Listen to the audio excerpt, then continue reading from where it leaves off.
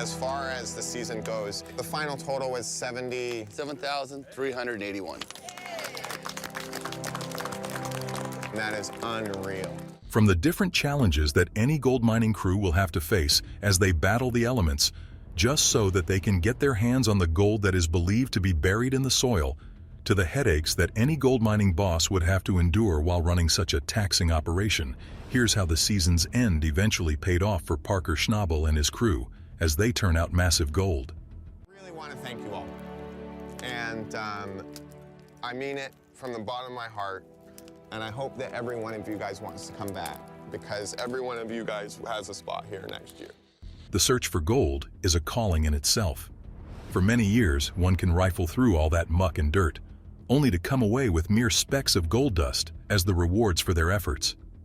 That is why we must appreciate the likes of Parker Schnabel, Tony Beets, and the other mine bosses, as they lead their respective crews toward success in the gold mines found in the United States of America and Canada.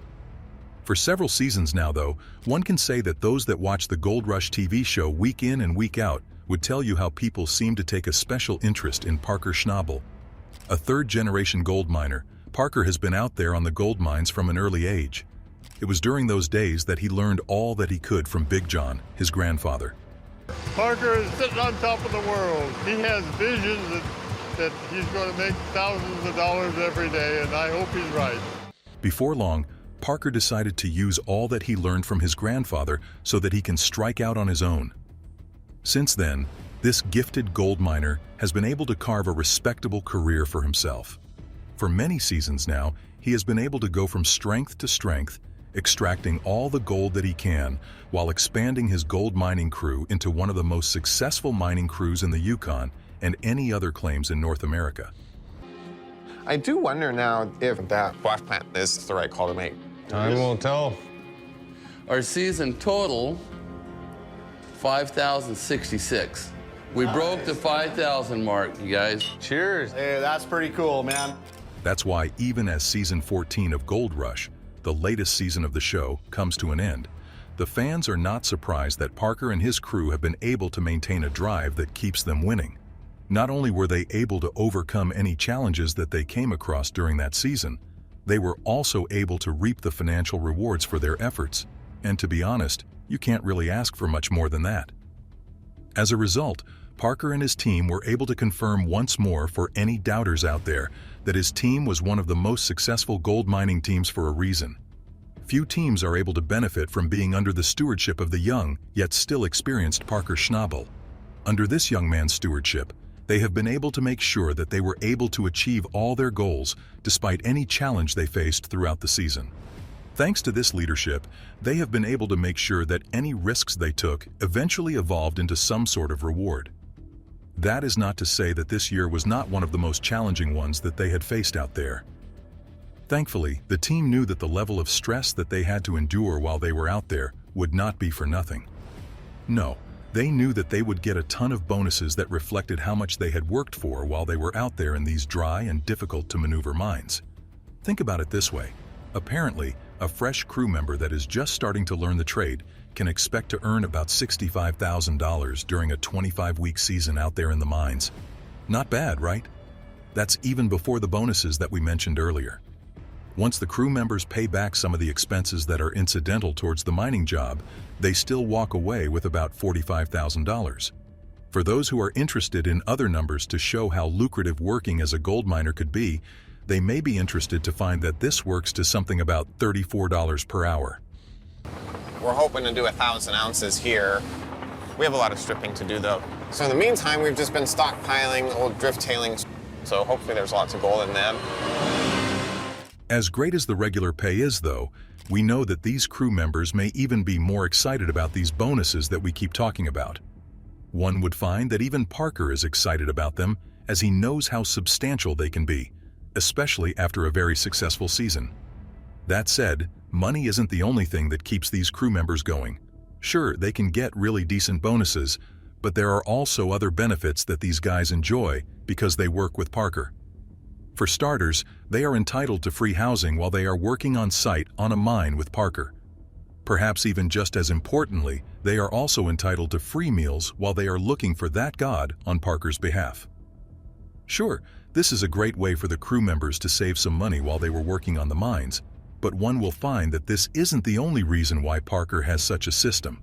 In Parker's mind, if he can keep his workers happy and well accommodated, this will create the perfect environment for his workers to focus and remain motivated while working out there in the mines. Parker isn't also shy of giving his crew members gifts in order to reward them for their excellent work. For example, there was the time when Parker gave Chris a $12,000 gold ashtray for his birthday. As much as this was a reward for his undisputable good work, this was also a way to show how the brotherhood between the two and the brotherhood within the whole team had developed over the years. Surely this would be a key attractive force to those hoping to start off on a career in mining. Then again, the monetary rewards cannot be ignored. For example, it is believed that if you work with Parker during a 6-month season, it is most likely that you would earn about $140,000. Sounds great, right? Just remember to think deeply about it, because if you truly don't have any love for gold mining, it might not be for you. Not only are the long hours demanding on those who go out there to mine. God, your operation here is just unbelievable. Where I am now, I owe 100% of it to my grandpa. I always wanted to follow in his footsteps. And I can only hope that someday I can be half the man he is. Parker! The greatest. And those who love him but feel neglected by him. It is also one that can wreak so much damage on the mind and the body. As such, one is left to ask if this is not worth it at all. But when you hear about how lucrative the performance-based bonuses which are given to the crew members are, you truly see the reason why they all go out there. Based on their individual performances, as well as the performances of the team on the whole and the amount of gold that they extracted at the end of the season, one would find that the structure is designed to make sure that the overall success of the group is the team's ultimate goal. Upon some inspection, one will find that Parker's group is one that has a good mix of experienced gold miners and those who are still fresh in the mining game. There are also positions such as that of the foreman. This foreman is the one that is in charge of managing the daily operations of the team.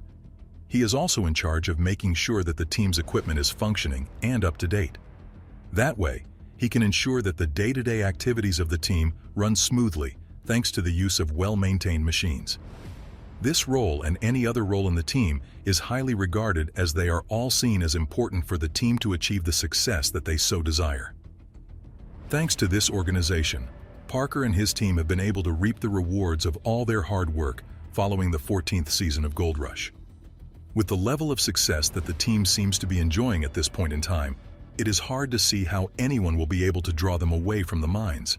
It is also clear how this has helped them develop a level of adventure while still respecting the need for some hard work while they are out there working for the gold.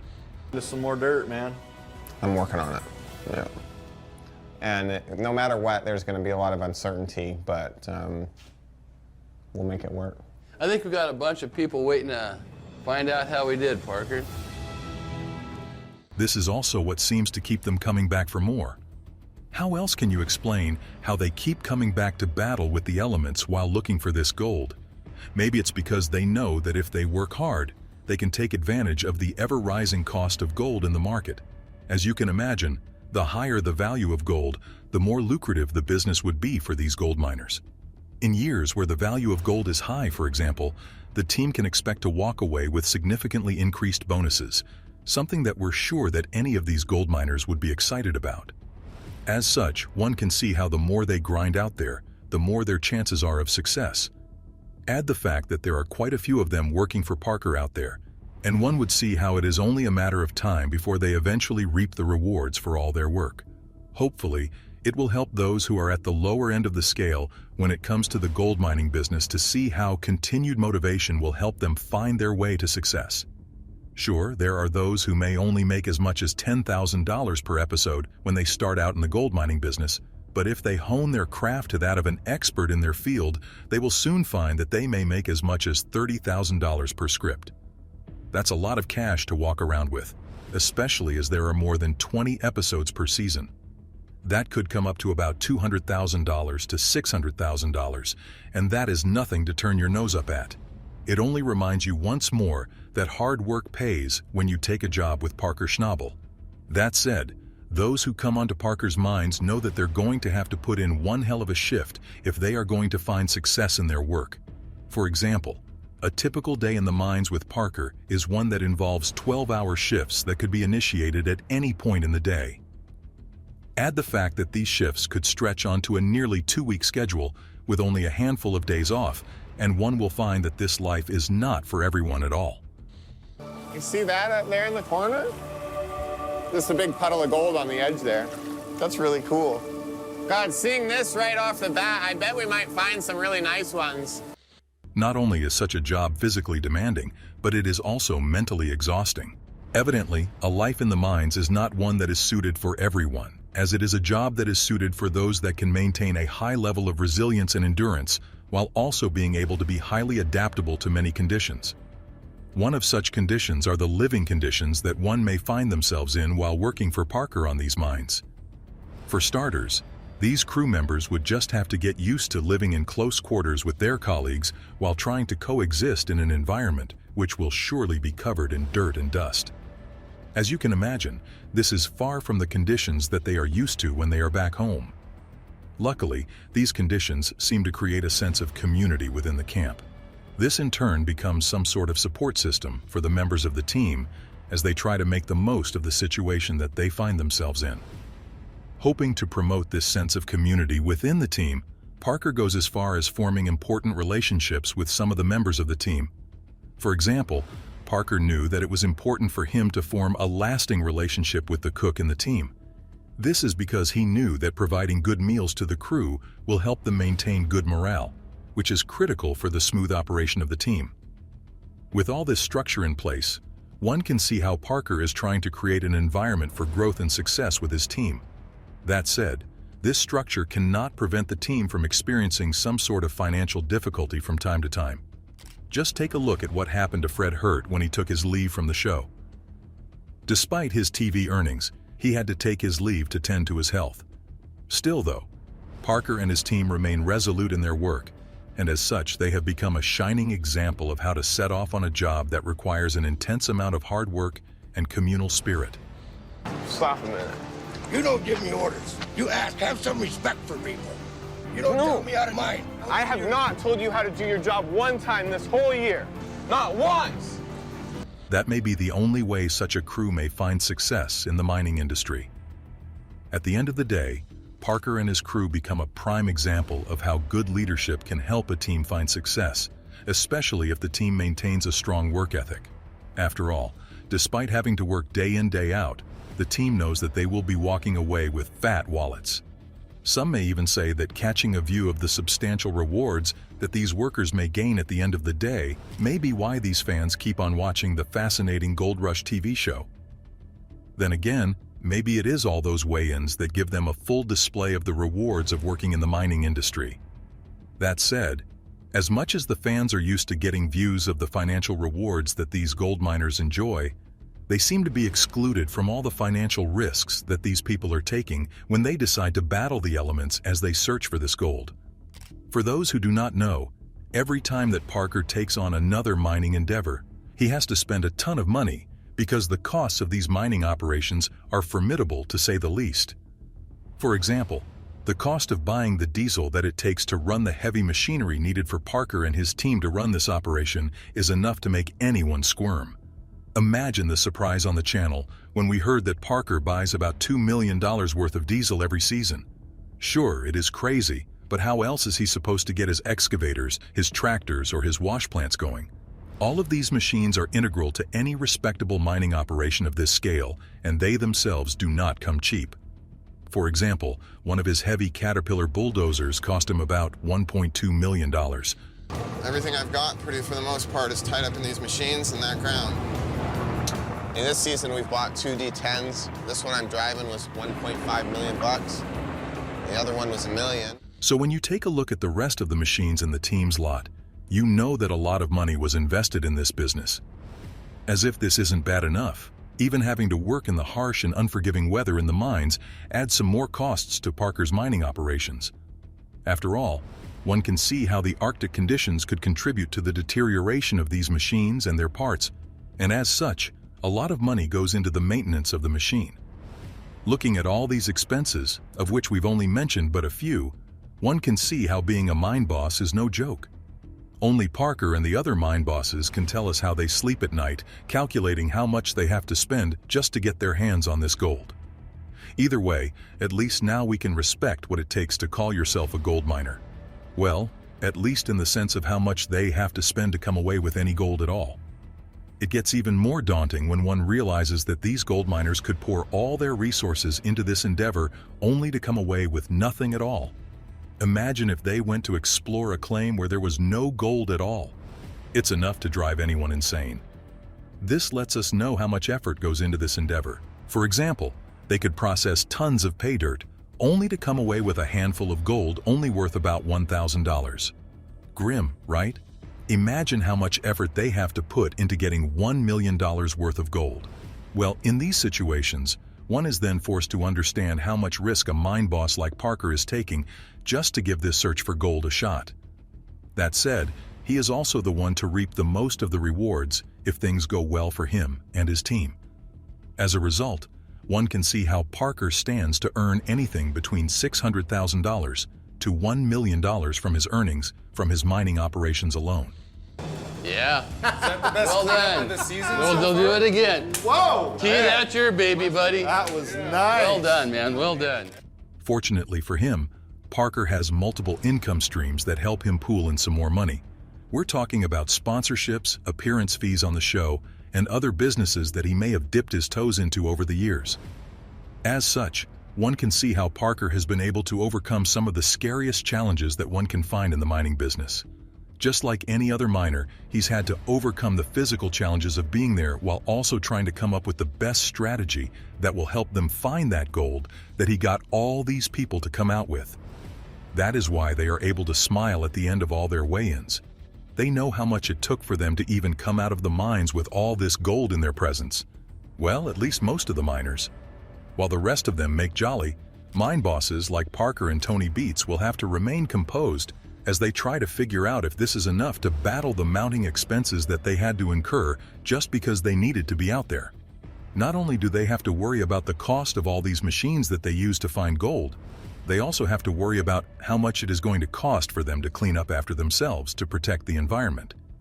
After all, the world can't suffer just because some guys want to get some gold from the soil. As a result, while Parker may have been able to come away with a $15 million gold haul, he may not feel so lucky or so successful because he knows he has to balance the books if he's going to continue managing a well-run business such as his. You mine really well and you'll make a go of it.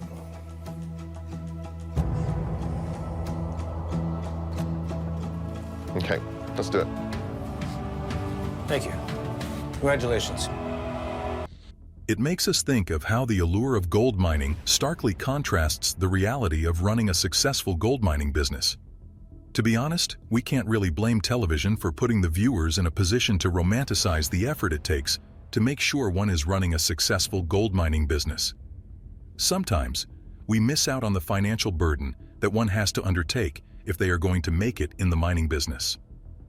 As such, it may only be in this day and age that the average viewer may even get a glimpse of all the expenses that one incurs when they decide that mining is the job for them. This is in light of the fact that success or failure in the mining industry is subject to certain conditions that only those that are business savvy and those who are able to endure the rigors of a job can thrive in. Anyone without these attributes may be doomed to fail out in the mines. That is why today we appreciate the likes of Parker Schnabel and his crew as we watch them on the Gold Rush TV show. Without them, we may never even get a glimpse into such a fascinating world. We can only hope that they maintain this level of success as the years go by. With any luck, we can continue to watch as Parker and his crew continue with their search for gold on the Gold Rush TV show. From the different challenges that any gold mining crew will have to face as they battle the elements just so that they can get their hands on the gold that is believed to be buried in the soil, to the headaches that any gold mining boss would have to endure while running such a taxing operation. Hey!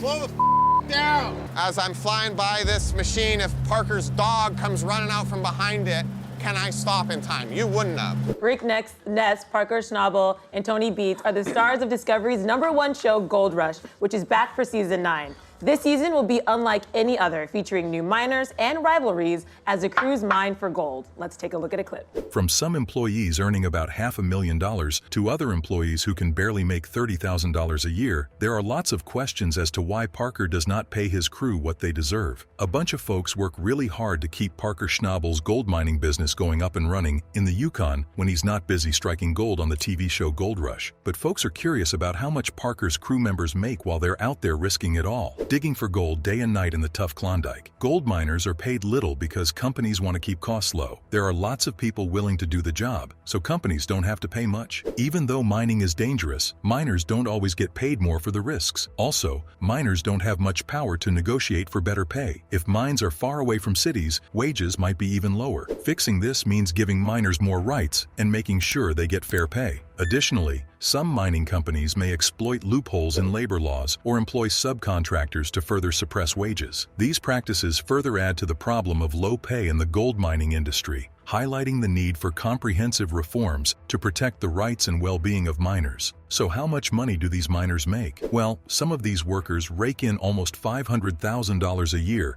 dealing with Parker's risky business. Parker didn't keep it secret. He shared the details on social media about what his dedicated team pockets after months of digging. There's some really good drilling in here, actually. There's a lot of bad ones as well. So we just have to be bang on, because if you put the pit in the wrong spot on ground like this, you go broke. Parker spilled the beans, saying the newbies on his Yukon crew work a grueling 75 hours a week for weeks during the short summer mining season. Now, about the cash. On average, they're making around $34 Canadian an hour. Getting paid by the hour might sound sweet, but Parker says after being pushed to their limits physically and mentally. I mean, it's a very intense business that's, you have a very short amount of time. Like, we have 4 months to basically make, all the money that we can in a season. It works out to about 65,000 Canadian dollars over 25 weeks, or roughly 6 months. That's because when winter hits hard in the Yukon, the digging stops. They also have to consider taxes and living expenses at the camp. So, after all's said and done, new crew members take home closer to $30,000. Injuries and physical strains are also quite common, as unfortunate as it is, and this can drive down their earnings even less. It's no walk in the park, though. Parker mentioned the teams are pulling 12-hour shifts that are super strict and start bright and early at 7 a.m., continuing until 7 p.m. thanks to the never-ending summer sun in Alaska. As the days grow shorter in the short mining season, the shifts start from 8 a.m. to 7 p.m. Parker rewards his top workers with some nice bonuses, even though the starting pay might not seem like a lot for the amount of work they do. The big trucks used in the mine are some of Parker's most valuable tools, and the folks who drive them can make over 440,000 Canadian dollars a year. Oh, it is big this year, no doubt. And at the end of the day, I could have built a crew of people that knew what they were doing. Probably would have been a smart decision on my half, but... These skilled drivers handle massive Caterpillar trucks that can haul up to 50 tons of ore from the fields to the wash plant. Their constant trips are crucial for meeting Parker's goal of mining 4,000 ounces of gold worth $6 million in a season. Even though the job is tough on their bodies and demands a lot of time, workers in charge of these important tasks can earn six-figure incomes thanks to Parker being upfront about it. Fans now have a better idea of what Parker's crew earns. But remember, the numbers Parker shared are averages, not exact figures, and pay for entry-level positions can vary based on experience. Bonuses are kept under wraps, and they might be in Canadian dollars instead of US dollars. For those considering joining Parker Schnabel's crew in the Yukon, it's the real deal. I may have been one of the problems around there, but one thing I did do is put together a good group of guys. They knew how to move dirt. You'll work long hours and face rough weather from Mother Nature, but it's a good living, even if it's not your typical 9-to-5 job. Parker and his team are making dreams come true in the Klondike, where gold is the reward for weeks of hard work. Parker Schnabel's immense success is largely thanks to the dedication and hard work of his crew, who chase after that gold at the end of the season. Life at Big Nugget Mine means long, tough hours, but there's good pay waiting for newcomers who are willing to put in the time. But it's no cakewalk. As mentioned before, Schnabel's new crew members put in a whopping 75 hours a week during their first season, all squeezed into just 5 days. That's more than double the hours of a typical 40-hour office gig. And when the mine is bustling and the daylight is plenty, those marathon shifts stretch from 7 a.m. till almost midnight. As autumn creeps into the Yukon, the days shrink, but the crews keep on trucking from 8 a.m. to 7 p.m. daily, grinding out 12-hour shifts. We work our ass off all day to make sure that we get that goal in the box. And when we see it in the box, it's definitely like, okay, our efforts are actually paying. It's tangible. Off. Yeah. It's a never-ending cycle of super long days aimed at extracting as much gold as possible before winter rolls in and puts a freeze on everything. With millions of dollars on the line each season, idleness cuts into profits big time. And when your boss is as demanding as Parker Schnabel, there's no room for shortcuts or dilly-dallying because the mining season is short and sweet. This grueling routine lasts for 25 weeks, or until the brutal Yukon winter shuts things down. Then there are bonuses based on certain performance metrics, but Parker keeps those details close to his chest. It's still a bit of a mystery, but with the amount of gold being found in the Klondike increasing every day during the summer, it's likely that the bonus rewards for hardworking miners are pretty hefty, even though they probably feel like they've earned every bit of the money they make. When I first got here, there was one pot. That board said, "Greetings, fresh meat.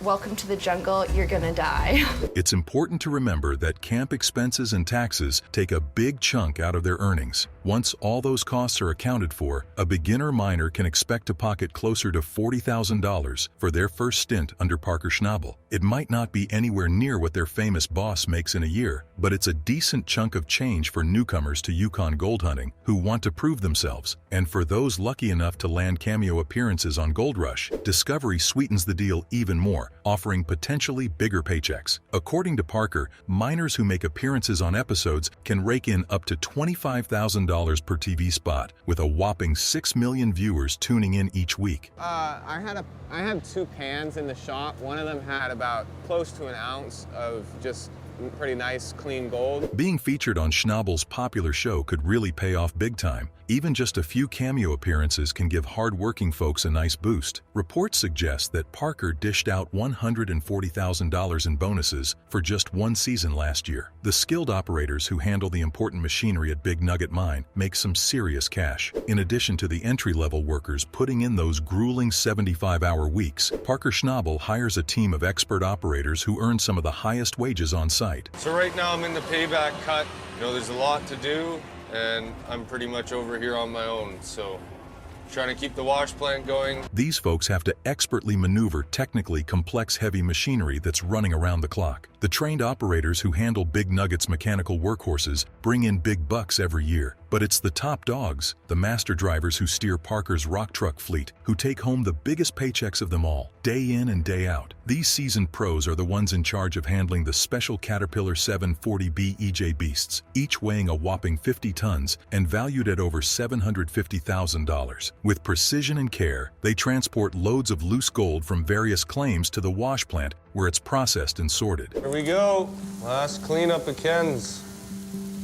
We got 40, 60, 80, 90. Well, there we go, 93.25. Rock truck drivers play a crucial role in Parker's gold hunting quest at Big Nugget Mine. They're like the pulse of the operation, ensuring that the wash plant, a key component in gold extraction, always has a steady supply of rocks. Achieving the big goal of mining 4,000 ounces of gold worth $6 million per season would be nearly impossible without their constant dedication. For Parker, failure isn't an option because every mining season puts his reputation and family legacy on the line. Though he didn't disclose exact figures, Parker did mention that rock truck drivers pull in an impressive $440,000 during filming. That's more than 3.5 times what entry-level crew members earn. Are they like 200 apiece or 300 apiece? Or... They're like 500 apiece. What? Such hefty pay comes with the hefty workload of moving hundreds of loads daily, with no breaks even amidst chaos. Not just anyone can handle navigating narrow trails next to cliffs at high speeds, moving 50 tons of loose rock at a time, and mastering complex gear transfer systems. The endurance to keep going for hours in the harsh Klondike conditions demonstrates the toughness and expertise of these drivers. In Parker's fleet, it's clear that fortune favors the bold. With so much riding on his top of the top-of-the-line rigs, Parker spares no expense on the best rock trucks in the Yukon, ensuring that his teams,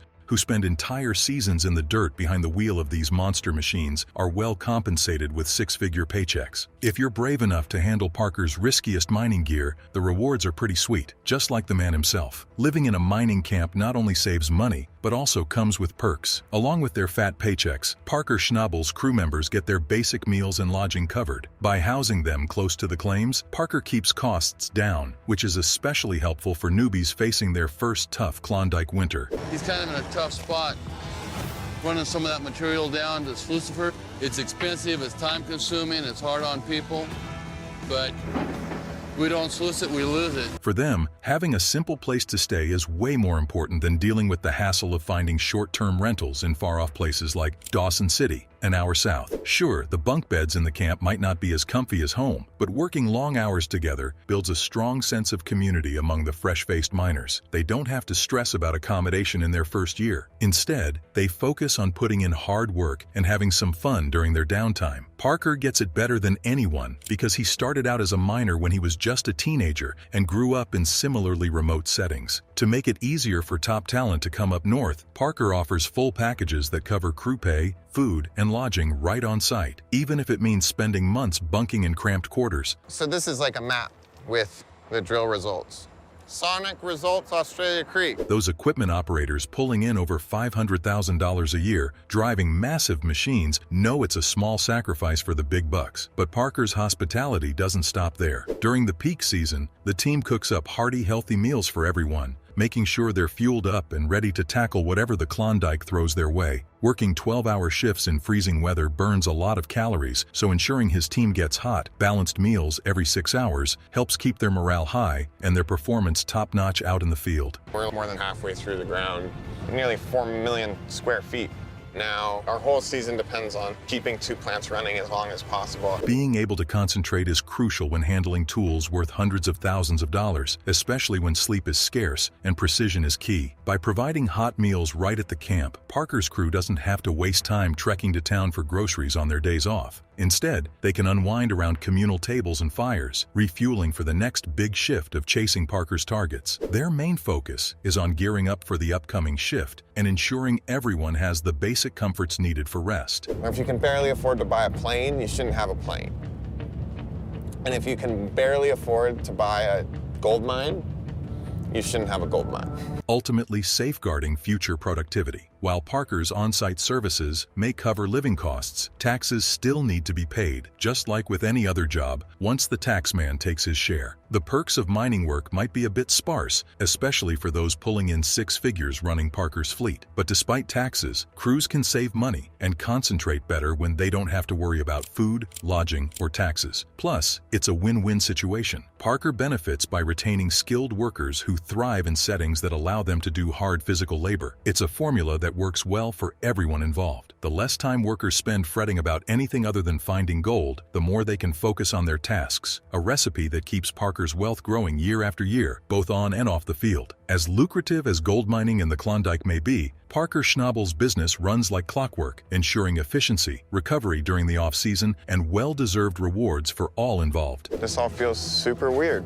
We've spent the last 5 years looking for a massive project and we just got one. I should be stoked. When the unforgiving Yukon winter rolls in by the end of October, it signals the end of the mining season, and Parker's exhausted crew gets a well-deserved 5-month break during the off-season. After 6 months of hard graft, this time off is crucial for both people and machines to recuperate before they fire up again come spring. After working grueling 75-hour weeks during the peak season, team members really need this downtime to recharge. And what better way to spend the holidays than at home with family and familiar comforts? Though Parker's seasoned veterans enjoy their time off, the call of the North beckons them back sooner rather than later, year after year. Getting into Parker's successful program is a badge of honor, beating out 90% of competitors. As a miner, losing momentum isn't an option. Even the smallest details need to be fine-tuned. Parker, hailing from Minnesota, takes advantage of the downtime to fully recharge before setting off on the hunt for even more elusive 4,000-ounce gold, a rare find outside of the Klondike. So we're looking at 2,100 yards this week. Obviously, we had a lot of problems with that damn 250 track. We had to put it up on the mound. 2,100 yards is what we should be running in a day and a half, not a week.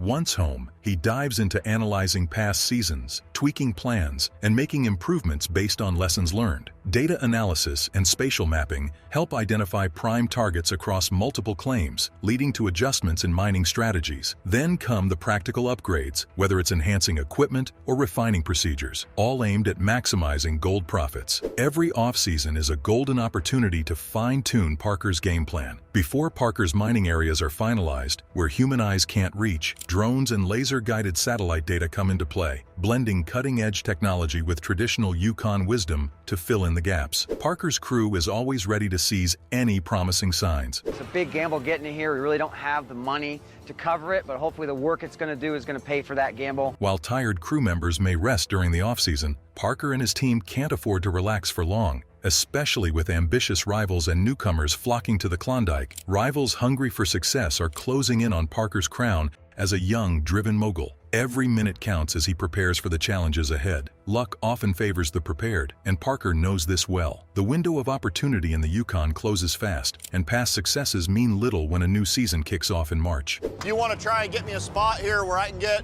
this new road connected, let the trucks know, Bob, and start dumping there. Ain't gonna be pretty, but it'll work. It's then that the hunt begins anew, with Parker Schnabel at the helm and millions of dollars on the line. Changes in income are common in the mining business. When Parker first revealed how much his Yukon crew would earn, the number seemed almost too good to be true compared to regular jobs. However, in the unpredictable world of mining, many factors can influence earnings. So, Parker's stated pay shouldn't be taken at face value in the Klondike. Crew salaries can fluctuate from one season to the next. Just like any job, pay at Parker's mine depends on changes in the commodity market and output measures. Bonus payments are entirely based on the amount of gold extracted and sold to refiners down the line. Swing motor is what helps the turret move. With that down, we can't use it. We can't do anything with it, and that task is way too big of a task for my guys. So I'm gonna have to call a mechanic, which is gonna cost more money. But I feel like we're overcommitted at this point, and we gotta bite the bullet, get it fixed. The bigger the haul for Parker's team, the larger the year-end rewards for everyone. But with government regulations limiting the working window, production heavily relies on equipment efficiency and Mother Nature's luck. No matter how hard the workers strive, breakdowns immediately translate into lost ounces. Plus, obstacles like stubborn ice or thawing conditions can hinder access to lucrative claims, delaying progress. Rising fuel costs also eat into profits, reducing the budget for crucial equipment upgrades and necessary expenses like machine leases and permit fees. To sum it up, the factors affecting changes in income mostly boil down to natural disasters, technical glitches, expenses. Well, I'm glad that we have a big operation in the Yukon because it's a pretty big failure, really. It's just a matter of whether it's worth continuing or not. Exchange rates and taxes. In the few years when output slowed down, Parker's ability to maintain good pay for his workers shows his concern for their well-being. When gold flows, money flows along with it. Parker deserves credit for being willing to share any numbers at all, as most mining companies keep such information under wraps. The figures he disclosed are just parts of the whole story. Only those brave enough to work alongside Parker in the Klondike trenches during the summer truly understand. For newcomers unafraid by the endless mud, joining Parker Schnabel's crew offers a good chance of earning money in the Yukon's pay-dirt-rich soil. It's important to understand that no two gold rush seasons are alike, especially as the Prince of Mining gears up for his biggest endeavors yet. Participating in Parker's Yukon adventure, recent revelations about his team's pay sparked widespread interest. And whether we continue this project, find a new one next season, but no matter how that all shakes out, I want to try to find a role for you guys, if you guys are interested in coming back next season. As the reality TV star typically keeps such matters private, Schnabel's openness can inspire those bold enough to tackle the challenges of gold mining head-on. The disclosed numbers shed light on what prospectors can expect in the profitable yet undeniably tough Klondike wilderness. They provide insights into achieving potentially lucrative results, assuming Parker's footsteps attract many new recruits. People have historically flocked north in hopes of striking it rich quickly, fueled by rumors of Yukon gold more than 100 years ago. This trip, like the last one, doesn't offer much except for hard work and sacrifice, with the chance of becoming wealthy in the end. It's not for the faint-hearted. Only those who are strong and don't mind long days under the harsh Arctic sun should apply. But there's still hope of striking it big, or at least earning a decent living with Parker's team, thanks to Schnabel's openness. Parker's past work gives us an idea of what to expect. And even though the gold wasn't great, I feel like there's so many positives to come out of it. I've never worked with a team who have such good work ethic. You can put them pretty much anywhere and I know they'll do a good job. Parker still wants me around. Didn't get fired, so that's a positive, and we'll have to wait and see what's next. The big question is whether those interested can handle the grueling hours, sore feet, and monotonous tasks required not just to find specks of gold, but to fill their pockets with coins. It's a crucial decision, especially considering the toll it takes on the body each day.